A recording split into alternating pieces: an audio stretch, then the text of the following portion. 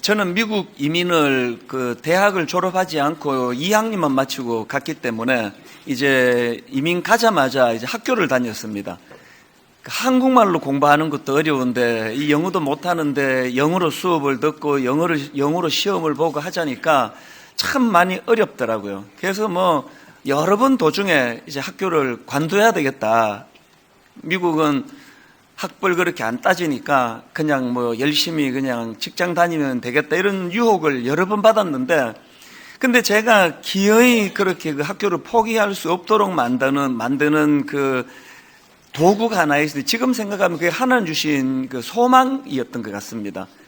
전에도 한번 고백을 했지만 20대 초반에 제 마음에 무슨 꿈이 있었느냐 하면은, 저는 이민 가서 이제 20대 초반이었는데요. 40살까지 막 미친 듯이 돈을 벌어가지고 이제 40살에 돈 번 거 가지고 한국에 가서 고아원도 세우고 양로원도 세워야 되겠다. 그 어린 마음에 이제 그런 꿈이 있었습니다. 그런데 이게 공부하는데 이게 참 도움이 된 걸 제가 경험했습니다. 이제 공부를 그만두고 싶은 유혹이 생길 때마다 너무 힘드니까요. 그때 하나님이 제 마음에 자꾸 무슨 생각을 주시는가 하니까, 네가 지금 돈 벌어가지고 네가 막 방 10개 딸린 집을 사고 캐딜락을 사고 이럴 것 같으면 당장 그만둬라. 그래서 캐딜락 안 타고 다니면 되는 거 아니냐. 그러나 너는 지금 열심히 공부해서 남주자는 건데, 그렇게 돈 많이 벌어가지고 고아원도 세우고 양로원도 세우자는 꿈을 갖고 공부하는데 네가 공부 힘들다고 이거를 포기해버리면 그러면 그 고아원 양로원 그 사람들은 어떻게 되는 거냐. 자꾸 이런 마음을 주시는데, 근데 지금 생각하면 이게 웃기는 생각 아닙니까?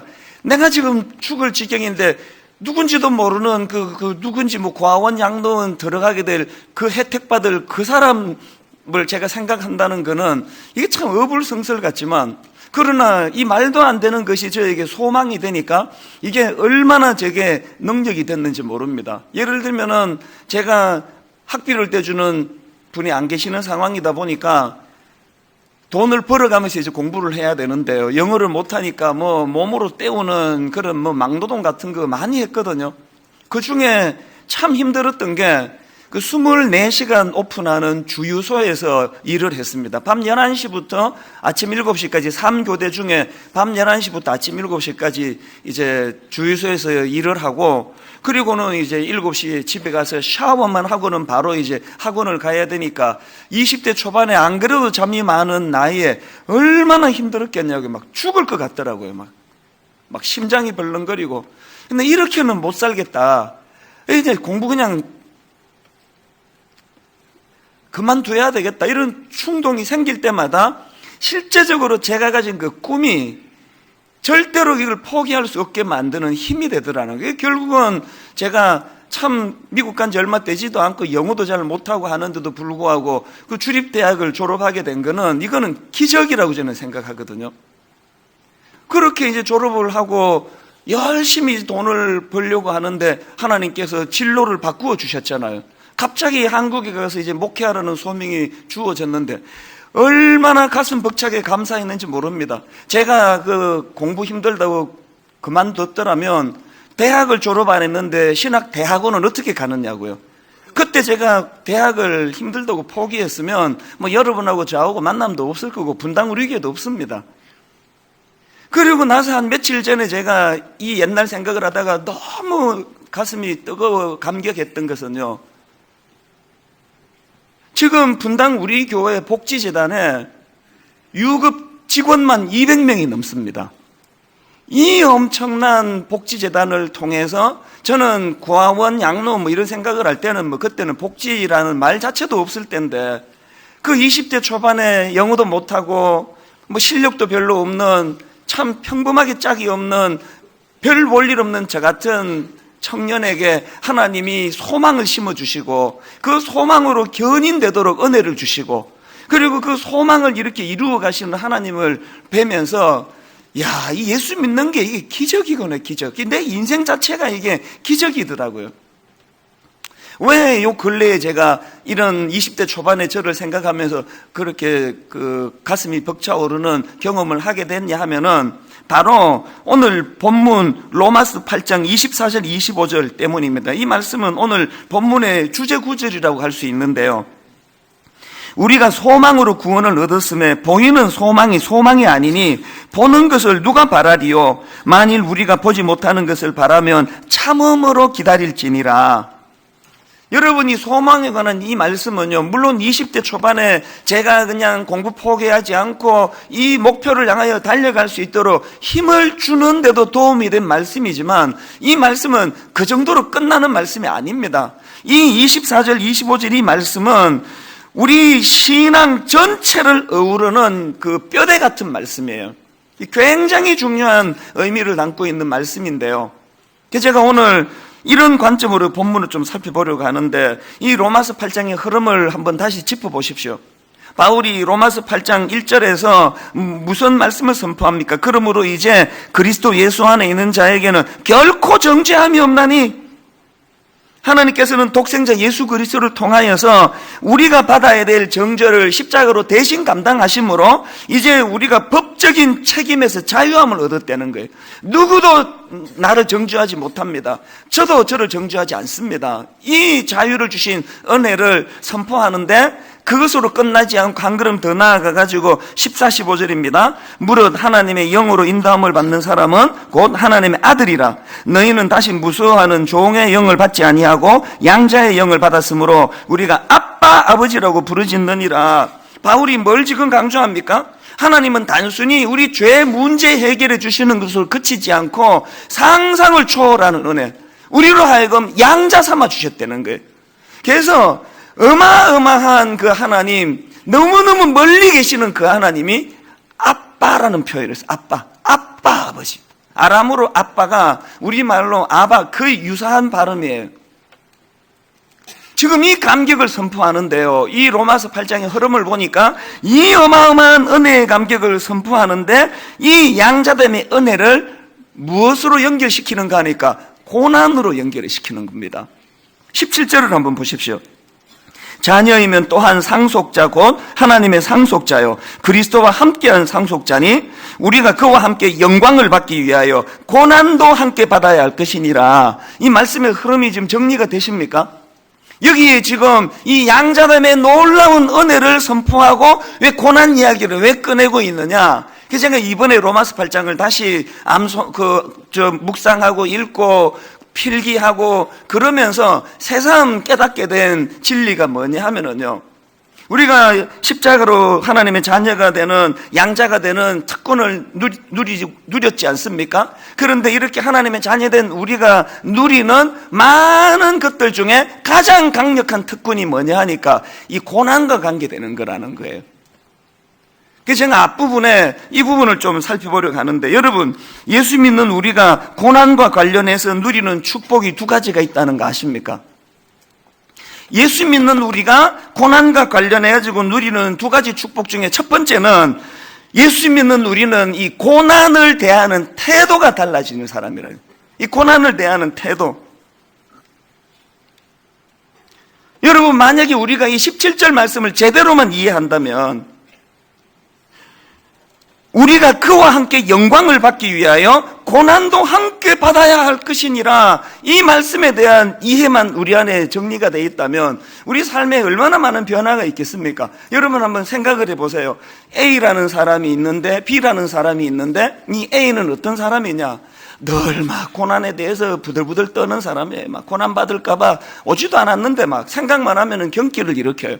그래서 뭐 약간의 고난기만 있으면 막 기절하고 이러는 사람이 있습니다. 그런가 하면 B라는 사람은요, 이 고난에 대한 이해가 잘 돼 있는 거예요. 그리스도와 함께 영광을 받으려면 고난도 당연히 받아야 된다고 말씀하셨다. 그래서 이제 뭐 어지간한 고난이 오면 이게 그 성경이 말하는 그 고난이구나. 장차 누리게 될 영광이 내게 있다면 이 고난도 내가 기꺼이 감수해야 되는 거라 그랬지? 이렇게 수용하는 사람이 있다면, 여러분, 이 A라는 사람하고 B라는 사람이 이 땅을 살아가는데 삶의 질이 같겠습니까? 한번 심각하게 자기를 돌아보세요. 여러분은 A에 해당되는 분입니까? B에 해당되는 분입니까? 그때 A가 뭔지 벌써 까먹었죠? 애가 뭐였더라? 바울은 전형적인 비에 해당되는 인물 아닙니까? 오늘 본문을 기록한 그는 우리가 그와 함께 영광을 받기 위하여 고난도 함께 받아야 할 것이라는 이 고난을 대하는 태도가 바뀌고 나니까요, 감옥에서 쓴 편지들을 한번 보세요. 예를 들어 빌립보서 1장 17절, 그들은 나의 매임에 괴로움을 더하게 할 줄로 생각하여 순수하지 못하게 다툼으로 그리스도를 전파하느니라. 그러면 무엇이냐? 거칠애로 하나 참으로 하나 무슨 방도로 하든지 전파되는 것은 그리스도니 이로써 나는 기뻐하고 또한 기뻐하리라.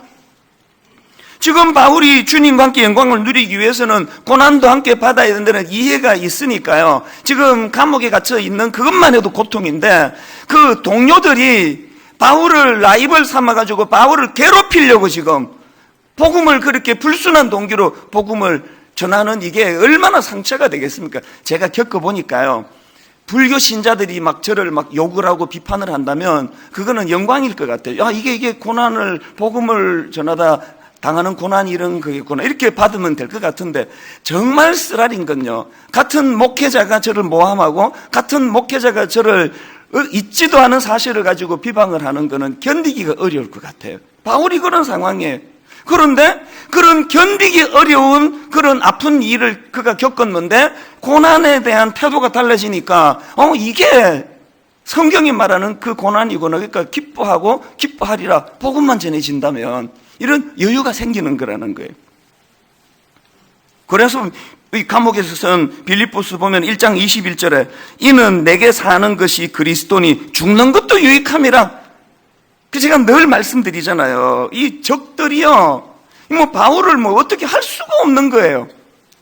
적들이 바울을 감옥에 가두는 것까지는 하는데요, 감옥에서도 걸핏하면 기뻐하고 또 기뻐하리라 그러고 좀 열받으면 이대로 죽어도 괜찮다 그러니까 그럼 어떻게 하겠냐고, 이런 사람을요.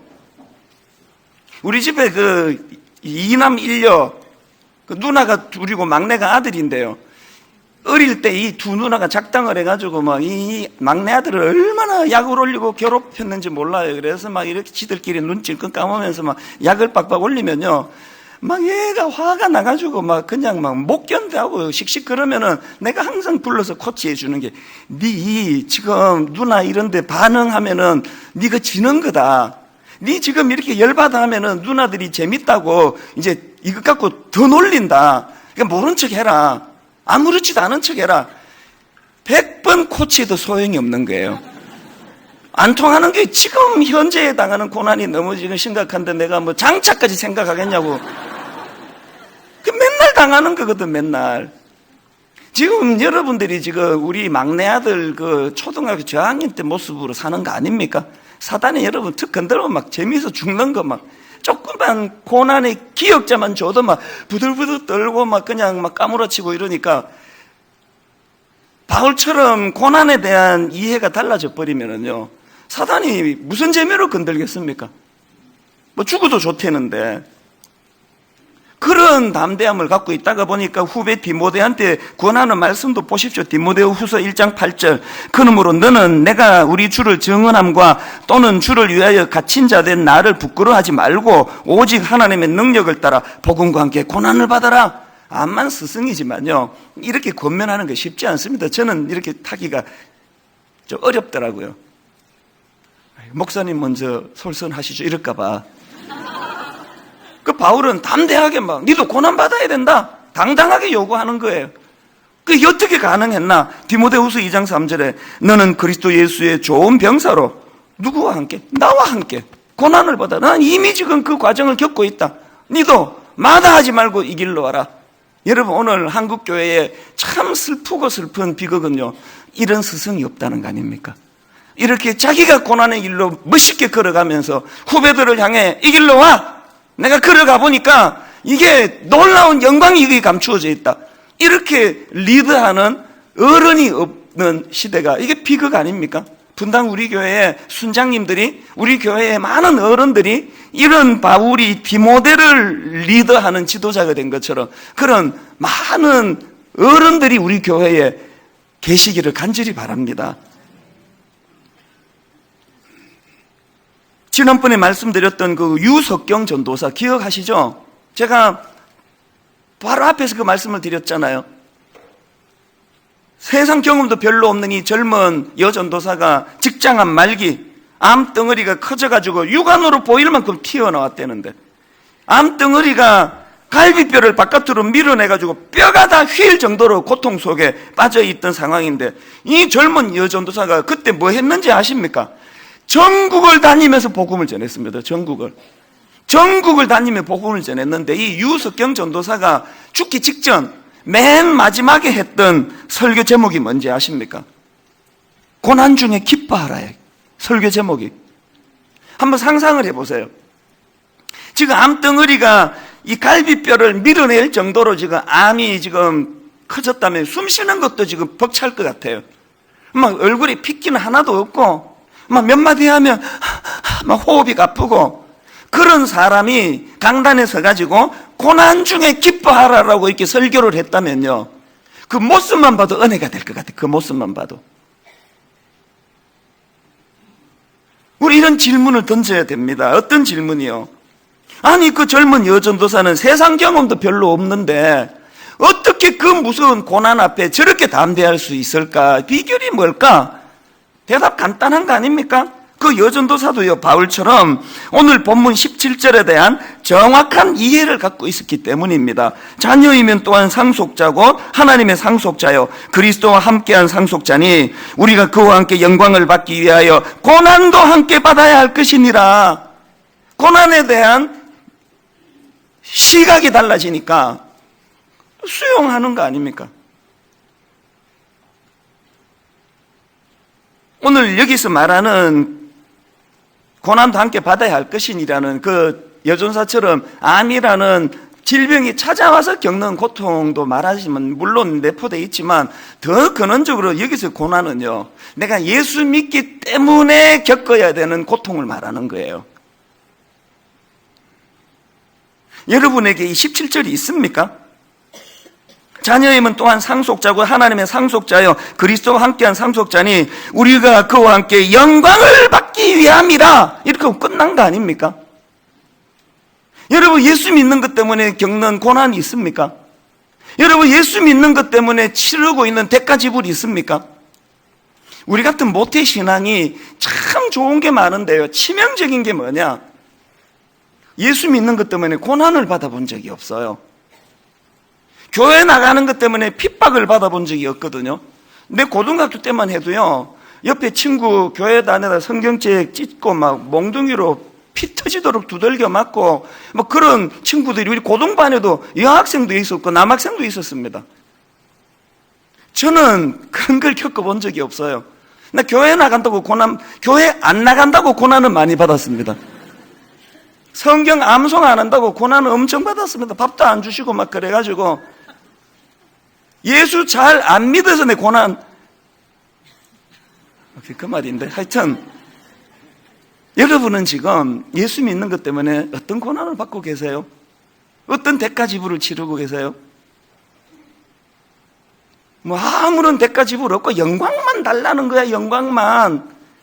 이렇게 그냥 주일날 이웃 주민들에게 폐가 된다고 대중교통 좀 이용하자고 노래를 불러도 고난도 함께 받아야 되는 애를 싹 빼버리고, 내가 왜 고난 받아야 돼? 내 차 있는데. 그러면서 그냥 막 다 차 몰고 와가지고 여러분이 받을 고난을 이웃 주민들이 엄청 받고 있는 거죠. 이웃 주민들이 우리 때문에 지금 고난을 받고 있는 거 아닙니까? 이 문제를 깊이 생각하셔야 합니다. 그런가 하면은 두 번째로 하나님의 자녀들이 누리는 축복이 하나 더 있는데요. 그건 뭐냐? 그 고난을 통해 이 소망이 가진 힘이 얼마나 놀라운지를 경험하게 된다는 겁니다.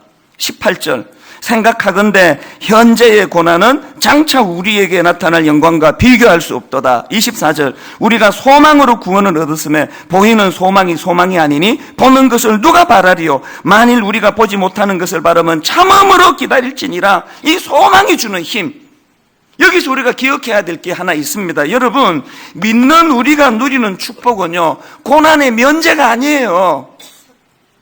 믿는 우리가 누리는 축복은 고난이 면접에서 축복이 아니라 그 고난을 이길 힘이 제공되기 때문에 그 고난을 통하여 영적으로 성숙해지고 그 고난을 통하여 깊은 하나님의 사람으로 변화되는 이것이 축복이지, 고난 면제가 이게 축복이 아니라는 그 말씀이에요.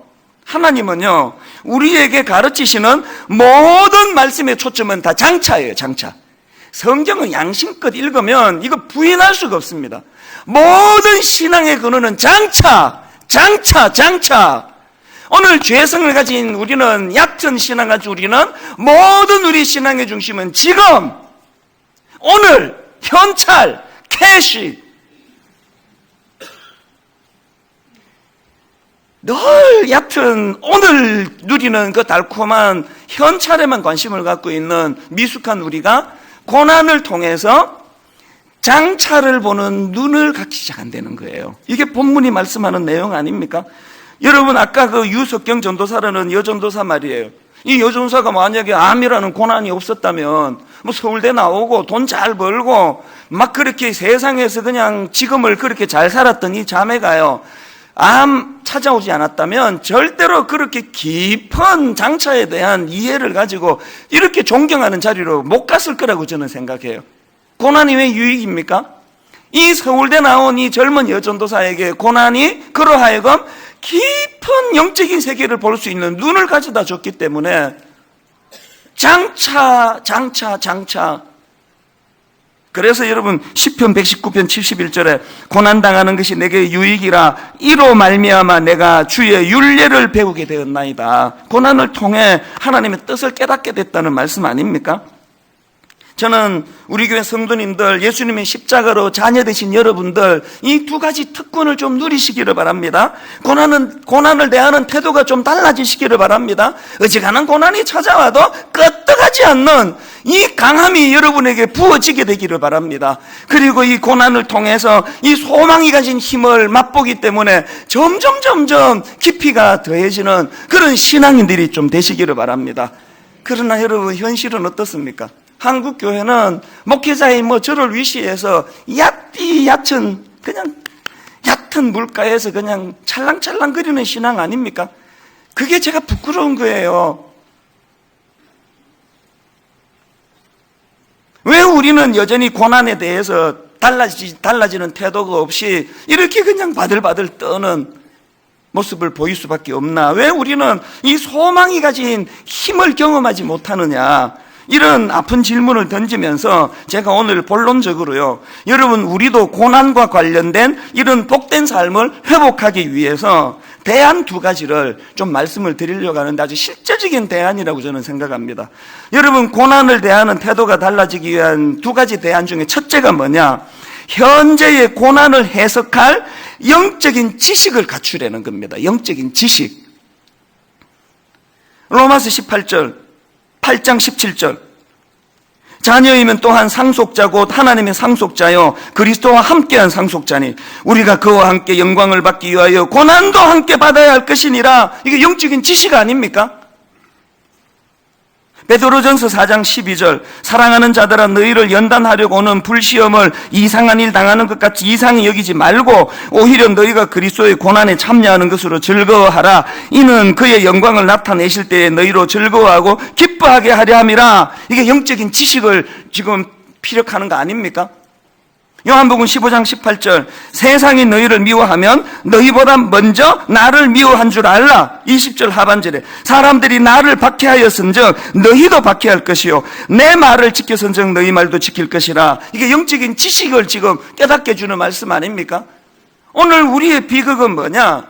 이 놀라운 하나님의 말씀, 영적인 지식을 깨우치는 성경 말씀을 안 읽어도 너무하다 싶을 정도로 안 읽고, 말씀을 몰라도 너무하다 싶을 정도로 모르는 거예요. 그냥 일주일에 한 번 와가지고 예화 하나 듣고 막 눈물 한 방울 떨어지고 하면은 그게 답니까, 그게? 그 눈물 한 방울 나고 안 나고가 그게 그렇게 중요한 문제가 아니거든요. 오늘 내 삶 속에 너무너무 난감한 고난이 찾아올 때, 내 힘으로 감당하기 어려운 시련이 찾아올 때 영적인 지식이 있어야 대처를 할 수 있는 거 아닙니까? 유석경 전도사가 그런 암과 투병하면서 은혜를 누렸던 그걸 담고 있는 그 책 제목이 하나님을 오해했다. 그 제목 안에 다 담겨 있는 거 아닙니까? 암이라는 고난을 만나기 전에 자기가 알고 있는 하나님은 이게 잘못된 하나님 지식이었다는 거 아닙니까?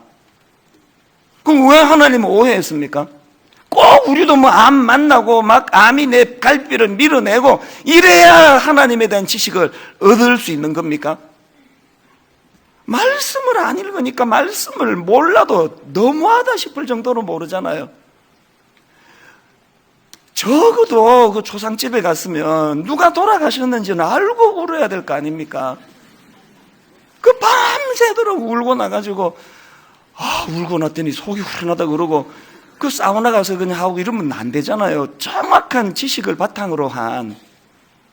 올해는 종교개혁 500주년이 되는 해 아닙니까? 종교개혁의 핵심이 뭡니까? 그 당시 중세에 타락한 종교 지도자들이 이 성도들에게 성경을 못 읽게 하고 지들만 엉터리로 해석해가지고 막 면죄부 팔아먹고 이런 짓을 하니까 종교개혁의 핵심은요, 성경을 제대로 알 때 교회가 타락하지 않는다는 그거 아닙니까? 여러분, 오늘 저 오랜만에 서가지고 저 사람은 또 저렇게 그냥 부담스러운 설교를 하냐 그러지만 오늘 여러분 양심에 손을 얹고 한번 대답해 보세요. 그 종교개혁하느라고 사람 막 그렇게 많이 죽고 다치고 그랬는데, 그래서 종교개혁을 이루었는데, 여러분이 지금 천주교 신자들보다 성경 더 많이 읽습니까? 땅 쳐다보지 마시고 양심껏 여러분 지금 천주교 신자들보다 성경을 안 읽잖아요. 그럼 뭐하러 종교개혁했습니까? 그럼 뭐하러 성경은 번역하느냐고요. 그래서 여러분 종교개혁 500주년을 맞아가지고 저는 두 마리 토끼를 잡기 원하는데, 분당 우리 교회는 주일 저녁 8시가 전 가족이 가정예배 드리는 시간이에요. 이거 요새 흐지부지 빼버린 것 같은데 복구되기를 원합니다. 그리고 또 한 마리는 뭐냐 하면은, 여러분 이 주보 간지로 드렸는데요, 가정예배를 드리되 소요리 문답을 가지고 가정예배를 드리자는 거예요. 자, 한번 이거 다 꺼내보세요. 이 설명서를 제가 좀 강조를 드리고 싶은데요, 여기 소요리 가정예배, 여기에 두 번째 문단에 보니까 이렇게 되어 있네요. 웨스트민스터 소요리 문답은 자녀들에게 하나님의 말씀을 가르치기 위해 정리된 신앙 고백문입니다. 유럽뿐 아니라 우리나라의 믿음의 선조들도 소요리 문답으로 바른 신앙을 세웠고 자녀들에게 물려주었습니다. 이제는 우리 가정의 차례입니다. 소요리 가정 예배를 통해 흔들리지 않는 굳건한 믿음의 가정을 세워가세요. 이제 매주일 저녁마다 여러분 홈페이지 들어오시면 우리 주일학교 교역자들이 매주마다 이제 이 소요리 문답에 대한 자료를 드릴 거예요. 자녀들과 더불어 교리를 알아야 돼요. 이 교리를 몰라도 너무 심하다 싶을 정도로 모르니까 이 설교의 은혜가 안 되는 거예요. 성경을 알아야 됩니다. 교리를 알아야 됩니다. 주일 저녁마다 가족과 더불어 자녀들과 더불어 이제 말씀 공부, 교리 공부를 통해서 하나님 앞에서 우리가 영적으로 현재의 고난을 해석할 정확한 영적 지식을 갖추는 성도님들 되시기를 바랍니다. 두 번째로요, 여러분 우리가 이 고난을 대하는 태도가 달라지기 위해서는 이 현재의 고난을 이길 함께의 신비를 경험해야 된다. 이 함께의 신비. 17절, 자녀이면 또한 상속자고 하나님의 상속자요 그리스도와 함께한 상속자니 우리가 그와 함께 영광을 받기 위하여 고난도 함께 받아야 할 것이니라. 여기 강조되는 게 뭡니까? 함께. 믿는 자들이 고난 중에 있을 때 하나님은 그것을 외면하지 아니하시고 모른 척하지 아니하시고 함께 해주신다는 거예요. 우리가 영적인 지식을 아는 것이 이론이라면 내 삶 속에서 이 실제적인 이 하나님의 함께 하신 고난 중에 어떤 은혜를 주시는가. 요셉이 그 형제들이 자기를 팔아버려가지고 세상에 그 어린 나이에 비참한 자리에 빠졌지만 요셉은 왜 탈선하지 않고 왜 우울증 안 오고 왜 그는 결국 입지전적인 인물로 갈 수 있게 되었나. 창세기 39장에 보니까요, 요셉을 묘사하는데 여호와께서 요셉과 함께 하심으로 그가 형통한 자가 돼요, 이런 표현이 있더라고요. 여호와께서 요셉과 함께 하시는 게 그게 형통이래요. 그래서 요셉이 지금 강강미수범이라는 누명을 쓰고 감옥에 들어갔는데 성경적인 시각은 그게 형통이라는 거예요. 그게 누명서 감옥에 들어가는 일이라도 하나님과 함께하는 거라면 그게 형통이래. 그게 형통. 신앙생활 가운데 이거 맛보고 계세요? 그리고 또 한 가지 18절을 한번 보세요. 생각하건대 현재의 고난은 장차 우리에게 나타날 영광과 비교할 수 없도다. 여기서 중요한 건 생각하건대라는 이 표현이에요. 여기 나오는 이 생각하건대는 헬라어로 로기조마이라는 단어인데요, 제가 어느 자료를 보니까 이 로기조마이라는 단어는 저울질하다 이런 의미를 내포한 단어래요. 이해가 되십니까? 바울이 지금 이제 한번 이렇게 상상을 해보세요. 감옥에 갇혔단 말이에요. 자기가 지금 생각을 해요. 생각하건대, 생각을 하는 게 무슨 생각을 합니까? 저울질을 한대요. 근데 괜히 예수 믿고 감옥에 잡혀가고 두들겨 맞고 죽을 고생을 하고 억울하게 모함당하고 그래서 예수 믿어서 겪는 고난을 저울질 해보니까 요 정도 나와요. 그리고 또 바울이 또 저울질하는 게 생각하는 거예요. 이렇게 그냥 감옥에 들어오고 억울한 일 당하고 고난을 당하고 억장이 무너질 때 하나님이 어떤 신비로운 은혜로 그 감옥 속에서 기쁨이 터져 나오도록 어떤 사람에게도 맛보지 못한 하나님만이 주실 수 있는 그 가슴 벅찬 감격, 눈물이 펑펑 쏟아지도록 그 십자가 은혜로 인해 가지고 누렸던 그 놀라운 그 감격, 이 무게를 재보니까 현재 당하는 고난의 무게보다 함께 하시는, 고난 당하는 자들과 함께 하시는 하나님의 은혜의 무게가 더 크더라는 거예요. 이 감격을 자기가 깨닫고 나니까 18절과 같은 고백이 터져 나오는 거예요. 생각하건대 그렇게 저울질 해보니까 현재의 고난은 장차 우리에게 나타날 영광과 비교할 수 없도다. 왜 우리는 장차는 못 보고 현재만 볼 수밖에 없느냐? 저울질을 못해서 그런 거예요.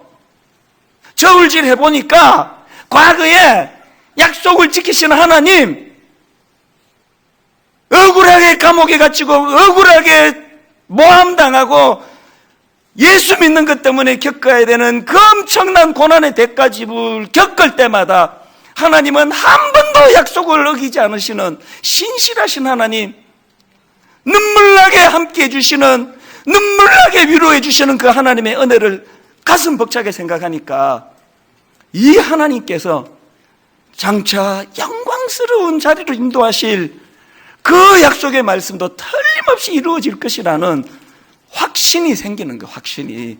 그 확신을 갖고 살아가니까 현재의 고난이 별로 겁나지 않는 담대함이 생기는 거 아닙니까? 저는 오늘 말씀을 이렇게 마무리하기를 원합니다. 전도서 7장 14절에 보니까요, 형통한 날에는 기뻐하고 곤고한 날에는 생각하라. 하나님이 이 두 가지를 병행하게 하사 사람으로 그 장래의 일을 능히 헤아려 알지 못하게 하셨느니라. 여기 지금 막 일이 잘 풀리고 막 형통하고 뭐 합격하고 막 기쁜 분 계세요? 우리나라 같이 지금 이런 우울한 상황에서 그건 놀라운 일이에요. 마음껏 기뻐하세요. 감사하세요. 춤을 추세요. 그런가 하면은 오늘 여러분 어려움이 찾아오고 곤고한 날이 오고 가정이 흔들흔들거리고 자녀는 마음먹은 대로 안 커주고 이런 아픔 저런 위기를 만날 때는 생각하는 생각. 왜 이런 일이 내게 일어나지? 우리 가정은 어디서부터 잘못됐지? 이게 내가 지금 하나님께 회개해야 할 문제인가? 아니면 이게 내가 하나님 믿는 자로서 당연히 겪어야 되는 대가 지불인가? 오늘 대한민국을 보면은 모두가 생각할 때 아닙니까, 지금? 이건 이 나라가 어떻게 되고 있습니까? 이게 지금 이렇게 판결이 나도 이제 이게 큰일 났고, 저렇게 판결이 나도 이게 큰일 났고, 이거 뭐 어떻게 되는 겁니까? 이럴 때 믿는 우리는 어떻게 해야 됩니까? 생각해야 돼, 생각. 어쩌다가 이 1,000만 예수 믿는 사람이 많다는 이 대한민국이 이렇게 부끄러운 수치에 빠지게 됐나? 생각해야 돼, 생각. 이만냥 뭐 교회는 막 엄청 나오는데 어떤 대가 지불도 안 하려고 그러고 그냥 그냥 자기 복만 받아 누리고 나라를 위해서는 뭐 기도도 안 하고 이러니까 우린 믿는 사람들이 이게 회개해야 될 문제 아닌가 그렇게 생각하면서 각자가 이 나라와 시대를 위해서 해야 할 일을 피하지 않고 감당한다면은 인간으로는 답이 안 나오는데 하나님의 대안이 있을 거라고 저는 믿습니다. 오늘 저는 이 찬양으로 마무리하기를 원하는데요. 저는 몇 주 전서부터 이 찬양을 이 시간 기다렸습니다. 여러분과 함께 같이 부르기를 갈망했는데요. 참 처절하고 정직한 자기 고백이에요. 주여, 우린 연약합니다. 우린 오늘을 힘겨워합니다. 주 뜻 이루며 살기엔 부족합니다. 우린 연약합니다. 참 가슴 아픈 고백은 계속됩니다.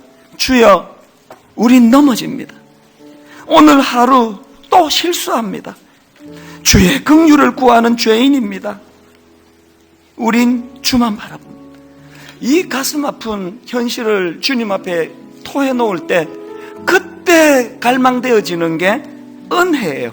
한없는 주님의 은혜. 하나님, 내가 예수 믿는 것 때문에 마땅히 겪어야 되는 고난은 하나도 없고 전부 내가 죄 짓고 타락하고 애 잘못 교육하고 세속화되고 이런 결과로 오는 부끄러운 고난투성이지만 그럼에도 불구하고 주님 은혜를 구합니다. 우리 나라를 살려주세요. 하나님, 우리 가정을 주님 좀 살려주시기 원합니다. 우리 한번 이렇게 설교 말씀을 기억하고 이 가슴 아픈 현실을 떠올리며 한번 이렇게 찬양하기 원합니다. 주여, 우린 연약합니다. 우린 오늘을 힘겨워합니다. 주 뜻 이루며 살기엔 부족합니다. 우린 연약합니다. 정직하게 고백하시고, 주여, 우린 넘어집니다. 오늘 하루 또 실수합니다. 그래서 은혜를 구합니다. 주의 긍휼을 구하는 죄인입니다. 우린 주만 바라봅니다. 가슴 아픈 현실을 놓고 은혜를 구합니다. 한없는 주님의 은혜, 온 세상 위에 넘칩니다. 가릴 수 없는 주 영광, 온 땅 위에 충만합니다. 주님만이 길이오니 우린 그 길 따라갑니다. 그날에 우리를 이루신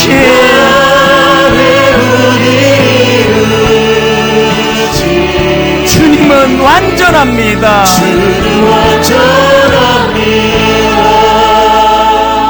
제가 이 말씀을 준비하면서 마음이 아팠던 것은요, 우리가 영적인 정확한 지식을 가지고 그리스도와 함께 영광을 누리기 위하여 너무너무 영광스러운 고난을 당하는 건 거의 100에 한 건도 찾아보기가 어렵고요. 한국 교회가 지금 고난 속에 빠져 있다면 정말 주님의 십자가를 증거하는 과정에서 마땅히 치러야 되는 바울이 겪었던 고난이 아니고 우리의 타락, 우리의 변질, 너무너무 수치스러운 자리에 빠진 이게 부끄러운 가정도 마찬가지. 많은 가정이 지금 어려움에 빠져 있거든요. 눈물을 흘리는데 많은 가정이 어려움에 빠진 걸 돌아보면 부모가 하나님 앞에 불신앙, 부모가 세상적으로 너무 변질되고 부모가 세상적으로 세속화돼가지고 그렇게 수년 동안 자녀들을 잘못 기른 그 결과물로서 아이들이 혼미한 상태에 빠져있는 이 현실이 가슴 아프다는 이 현실이 우리가 주를 위하여 마땅히 겪어야 되는 차원에서 고난이라면 당당할 수 있는데, 그래서 한 번 더 후렴부터 찬양할 때 이런 자격 없는 자에게 주신 하나님의 은혜, 한없는 주님의 은혜, 한없는 주님의 은혜, 온 세상 위에 넘칩니다. 우리 후렴부터 찬양할 때 주님 우리 대한민국 살려주시고 우리 가정을 살려주시옵소서. 한없는 주님의 은혜, 온 세상 위에 넘칩니다. 가릴 수 없는 주 영광,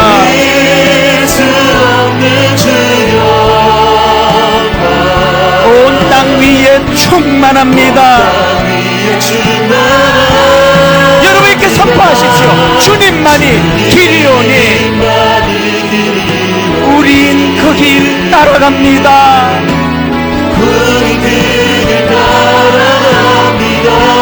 그날에 우릴 이루신 주는 완전합니다. 회개하는 마음으로 한 번 더 주님 앞에 선포합니다. 한없는 주님의 은혜, 온 세상 위에 넘칩니다. 가릴 수 없는 주 영광, 온 땅 위에 충만합니다. 주님만이 길이오니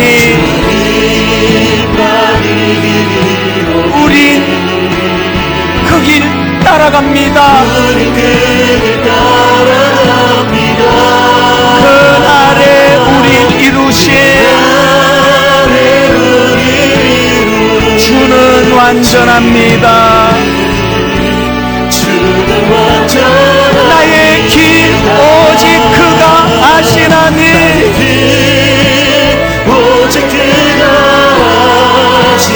나를 단련하신 후에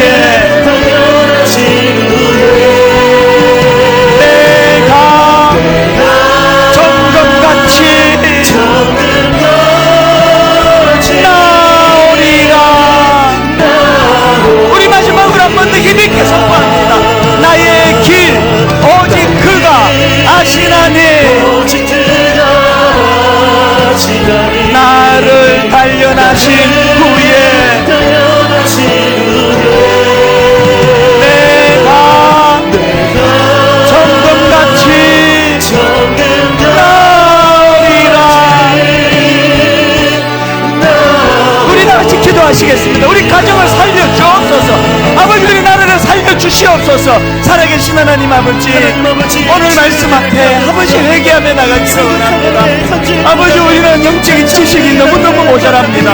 우리에게는 영적 지식이 없습니다. 고난이 찾아올 때 아버지 거기에 대응할 만한 영적인 지식이 없습니다. 하나님 고난 중에 함께 하시는 하나님의 신비를 우리는 맛보지를 못합니다. 아버지 하나님 우리를 불쌍히 여겨주시기를 원합니다. 하나님 아버지가 그 신약 속에 살 수 있기를 원합니다. 아버지 하나님 환난 어려움 중에도 기뻐할 수 있는 그런 은혜의 삶을 살아갈 수 있기를 원합니다.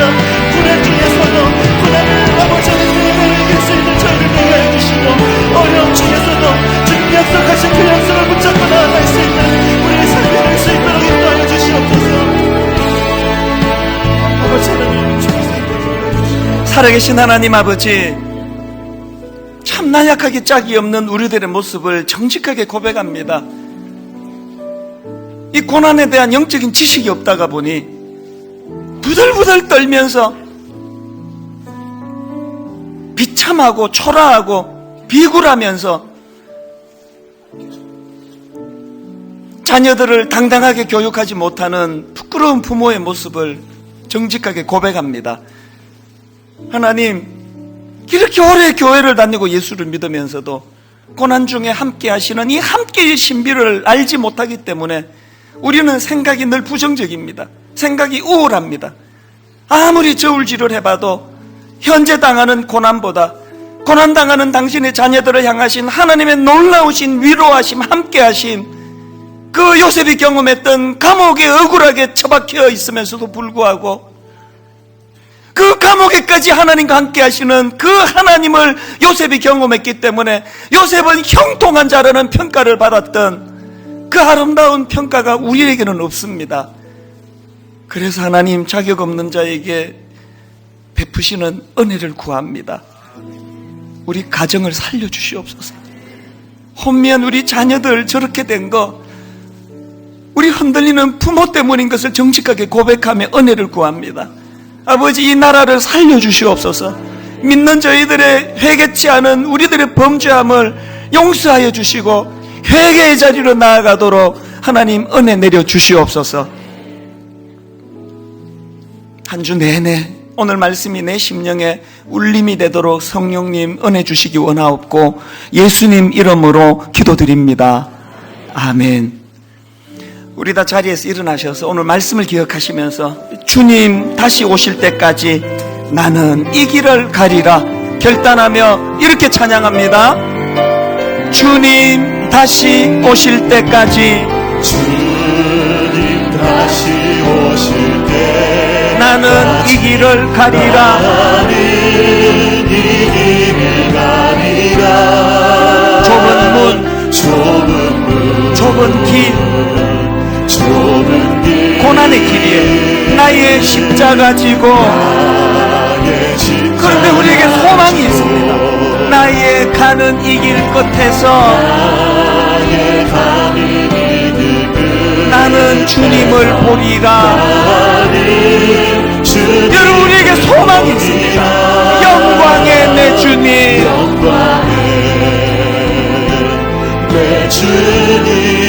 나를 맞아주시니.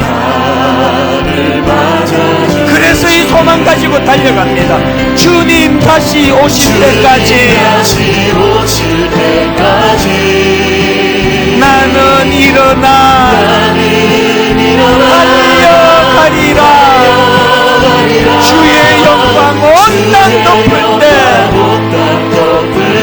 나는 일어나 노래하리. 내 사모하는 주님,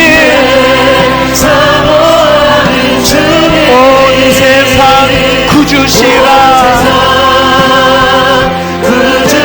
우리에게 소망이 있습니다. 내 사모하는 주님, 영광의 왕이시라. 주님 다시 오실 때까지 후렴 다시 한 번 더. 나는 일어나 달려가리라. 주의 영광 온 땅 덮을 때 나는 일어나 노래하리. 사랑 내 마음을 주님 앞에 가져가 주님 앞에 은혜를 구하며 내 사모하는 주님,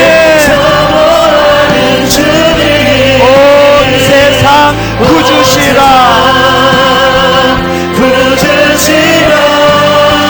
내 사모하는 주님, 영광의 왕이시라.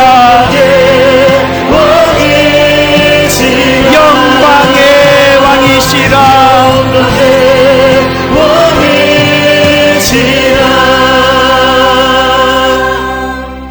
자녀이면 또한 상속자, 곧 하나님의 상속자요 그리스도와 함께한 상속자니 우리가 그와 함께 영광을 받기 위하여 고난도 함께 받아야 할 것이니라. 생각하건대 현재의 고난은 장차 우리에게 나타날 영광과 비교할 수 없도다.